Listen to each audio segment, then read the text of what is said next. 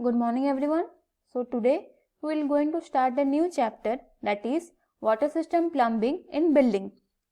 So in this chapter we will be reading about, first is method of connections from the water mains to the building supply, and next one is general layout of the plumbing arrangement for the water supply in single storied and multi-storied building.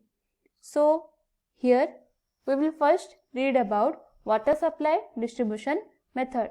All of us know in the previous chapter we have taught about the treatment process, what are the treatment process of the water and how the water is being supplied to the city or to the town. So here we will be reading about how the water is being distributed to the buildings.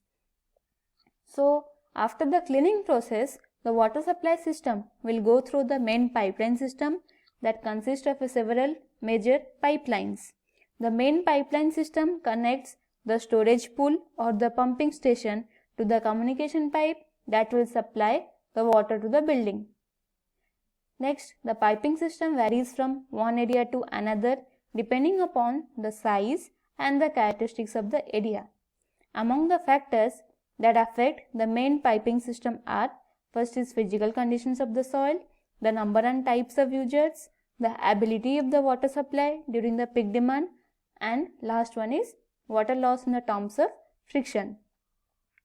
So mainly the piping system varies from one area to another depending upon the size and characteristics of that area, and the factors that affect the piping system, that are physical conditions of the soil, number and types of users, the ability of the water supply during the peak demand, and water loss in the terms of friction. Next, we will be reading about the distribution system for a building.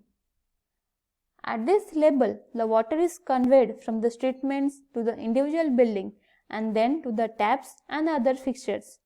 The supply from the main line to the individual is made through the house service connections, and the house service connection consists of two types. First is communication pipe and second one is supply pipe. So what do you mean by communication pipe and supply pipe?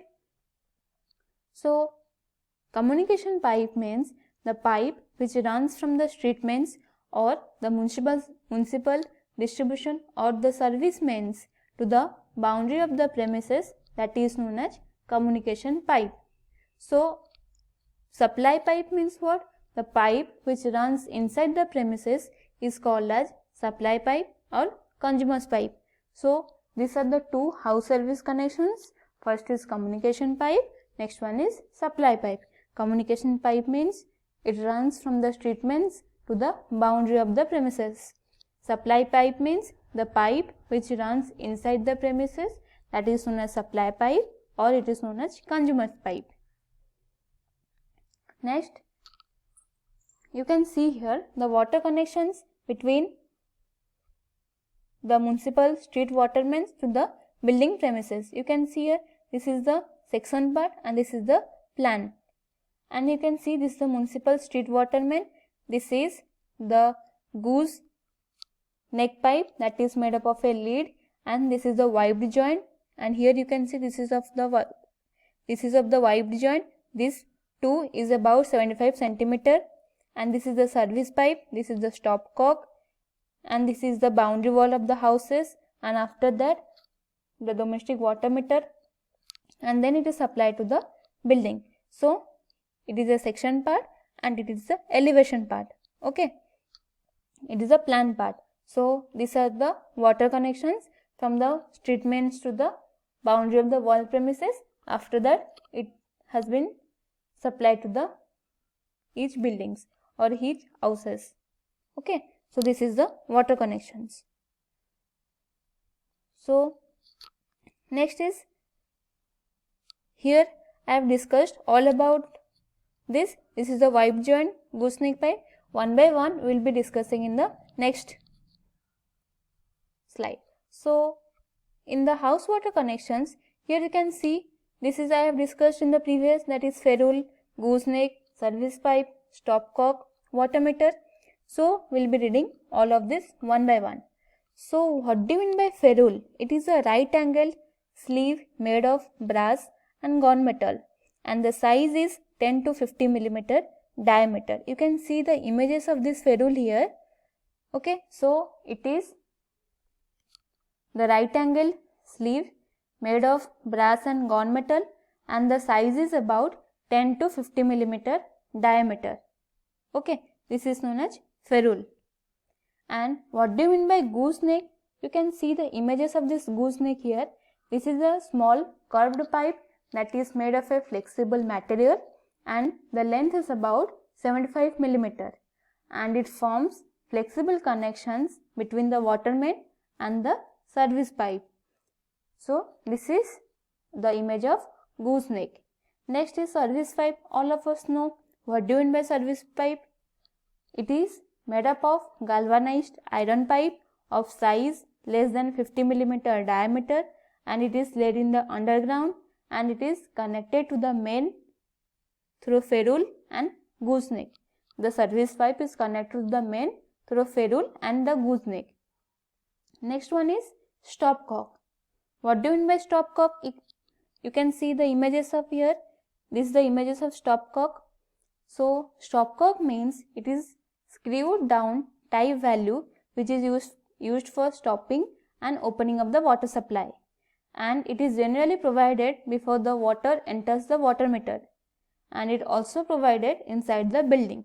So as all of us know, you can see the images of the stopcock.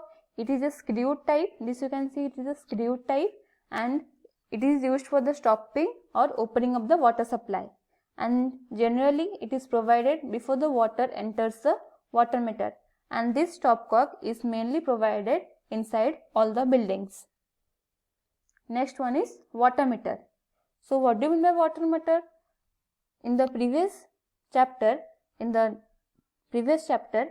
I have discussed about the water meter. So water meter means it measures and records the quantity of the water consumed, and it is generally fixed in an iron box that is fitted in an opening or the cavity and covered with a movable iron cover. You can see the water meter here, and there are two types of water meters, that is velocity meters and positive meters. So this is all about the house service connections. Next we will be discussing about distribution system.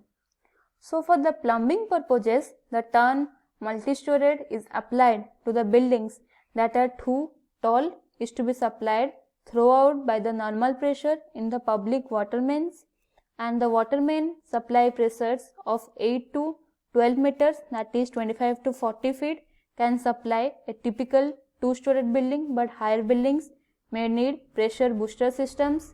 In hilly areas, the drinking water supply pressures will vary depending on the ground elevation, and in these cases the water authority may have to specify the areas where the particular supply pressures can be relied upon the design and operations of the buildings, and where a building of 3 or more storied is proposed, a certificate should be obtained from the drinking water supply authority guaranteeing that the present and the future public drinking water supply pressure will be adequate to serve the building. So here in this distribution system, if we have 1 or 2 storied buildings, then we can supply building in a normal pressure. If we have 3 or more than multi-storied building, that is of 8 to 12 meter or 25 to 40 feet, then we have to need a pressure booster system to supply the water to the building. So if we have the building of 2 or more storied building, then we have to propose a certificate that is to be obtained from the drinking water supply authority, that is we have in our Bhubaneswar, that is Panchayat Raj Development, that is we have to take and permission guaranteeing that the present and the future drinking water supply will be adequate to serve that building. Okay. Next we will be reading about water supply system. In the next slide, that are of the two types, cold water system and the hot water system, that we will be reading in the next slide. Thank you.